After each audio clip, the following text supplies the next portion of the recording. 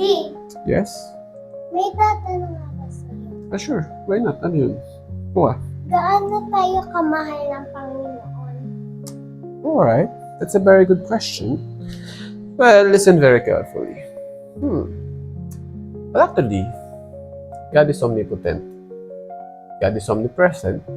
And God is omniscient. Ibig sabihin nun, God is everything. So, He can do anything He wants. Ibig sabihin, He can wipe us all even if He wants to. Even in a single snap of His finger, He can wipe us all. Ganun, ka-powerful si God. But since then, God didn't came here to condemn us. God came here to save us, to show the unconditional love for us. Kasi naparito siya para tayo'y turuan, maging teacher, maging role model, kung paano natin masusunod at mapagtatagumpayan ang kanyang kalooban. Hindi siya naparito para tayo pasakitan. Inialay niya yung kanyang buhay para sa atin. Pero, Daddy, iisa lang ba ang, si God tsaka si Lord Jesus Christ? Yes, God the Father, and of the Son, and of the Holy Spirit are one God only. Isa lang sila. Because God the Father is the soul, Lord Jesus Christ is the body, and the Spirit is the Holy Spirit. That's why they are only one. As I've said recently, God is omnipotent, omniscient, and omnipresent. He can do anything He wants. Okay, imagine this. God can create new creatures. Pwede siyang gumawa ng bagong creature or tao na hindi nasasakit yung ulo niya. Kaysa iligtas tayo ng makasalanan. But still, mas pinili niya magkatawan tao dito sa lupa para tayo tubusin sa ating pagkakasala. It means, niregalo niya yung sarili niya para sa atin. Instead of condemning us, He gave us a chance. A chance for us to be saved. Saved from our sin. Because we are all sinners. But since then, God loves us so much. He gave us unconditional love.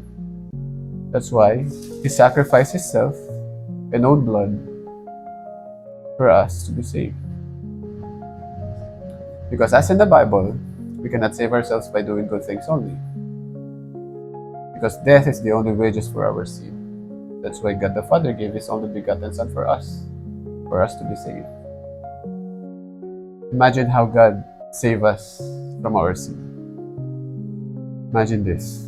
Bago siya ipako sa krus, binugbog muna siya, sinuota siya ng koronang tinik, and then meron doon part sa Bible na sinabi na may pinapainom sa kanya na wine na may halong gall, and that yung gall is parang painkiller way back then. But since then, hindi niya ininom yun.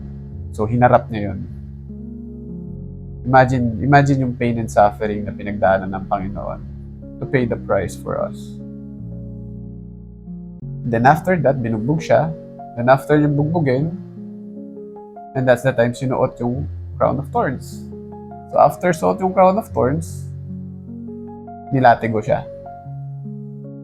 39 lashes yung ni-receive niya. Tapos bawat dulo nung latigo, may hook, may bakal na pag tumama sa likod mo, pumupunit yung laman. So that's unbearable pain. Well, after that, He lifted His 300-pound cross and walked 600 meters papunta doon sa lugar kung saan siya ipapako sa krus. Well, after that, pinako siya sa krus. At namatay. And that's the time before siya mamatay, sabi niya, tetelestai, fully paid. So, binayaran niya tayo ng buo. Niligtas niya tayo by His own blood. He gave His own blood as a gift for us to be free. Imagine how God loves us. Instead of creating a new creature or condemn us, He chose to sacrifice Himself for us rather than condemning us. Because that's how God loves us. Because the gift He gave us all, it's not just a gift. It is His own blood. Because as per the scripture in Ephesians chapter 2 verse 8 and 9, for by grace you have been saved through faith. This is not from you. It is the gift of God. It is not by works, so no one may boast. So yung kaligtasan natin dito sa lupa, regalo lang ng Panginoon because of His unconditional love for us.